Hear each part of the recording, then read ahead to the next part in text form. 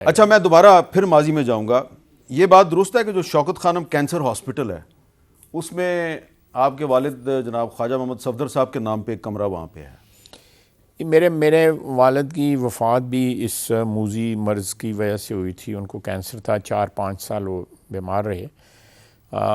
मेरे एक चचा मरहूम अल्लाह उनको जन्नत में जगह दे, मेरे अज़ीज़ थे, मेरे लिए काबिल एहतराम है वो बहुत। उन्होंने मेरे वालिद की खिदमत भी बड़ी की उस बीमारी के दौरान। वो उनके साथ साथ बार बार इलाज के लिए भी जाते रहे। तो उन्होंने मेरे वालिद की याद में जो है वहाँ पे एक कमरा बनाया हुआ है।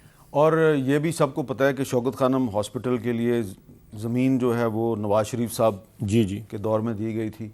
और जहाँ तक मुझे याद पड़ता है वहाँ पे वो एक वो संगे बुनियाद भी है, सब कुछ है। और जब 1994 में इसका इफ्तिताह हुआ था तो बेनज़ीर भुट्टो साहब प्राइम मिनिस्टर थी, इमरान खान ने उनको नहीं बुलाया था, नवाज शरीफ साहब को बुलाया था इफ्तिताही तकरीब में।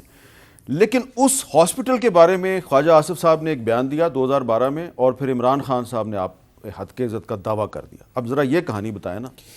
देखिए, मैं मीर साहब मोहतात रहूँगा कि उसकी वजह यह है कि मामला अदालत में है और मेरा हम उसके मेरिट्स पे बात नहीं करना चाह रहे।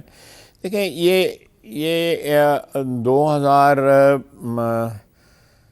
मेरा ख्याल है 3 या 4 साल की इनकी बैलेंस शीट जो है वो फर्गूसन वालों ने, शबरजादी साहब जिसके करता धरता हैं, उन्होंने रोक ली थी। कुछ ऐसी इन्वेस्टमेंट्स थी जिनके ऊपर उनको इतराज़ था।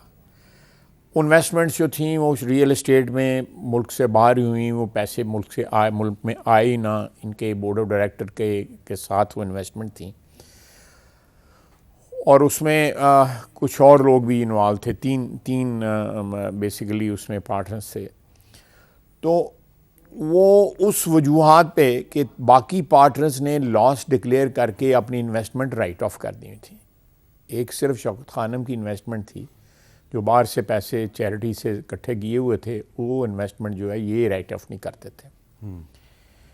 खैर, वो मैं उस पर प्रेस कॉन्फ्रेंस की, मैं उसके मेरिट में बिल्कुल नहीं जाना चाहता। मैं अब ये प्लेटफॉर्म जो है एक लीगल केस के लिए नहीं इस्तेमाल करना चाहता, अच्छा नहीं लगता। और उसके बाद जो है मैंने वो इनकी बैलेंस शीट से, आज भी मुझे याद है 43.6 जो क्लॉज इनकी बैलेंस शीट की थी, वो सारा एक्सप्लेन करती है। 2008 की बैलेंस शीट थी या 2009 की, मुझे याद नहीं है सही तरह।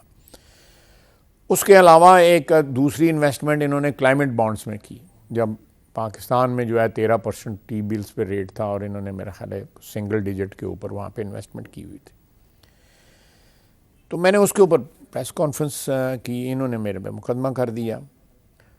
तो वो पिछले 10-12 साल से चल रहा है और यहाँ पे जो ऑनरेबल कोर्ट है यहाँ पे इस्लामाबाद की, उसमें चल रहा है।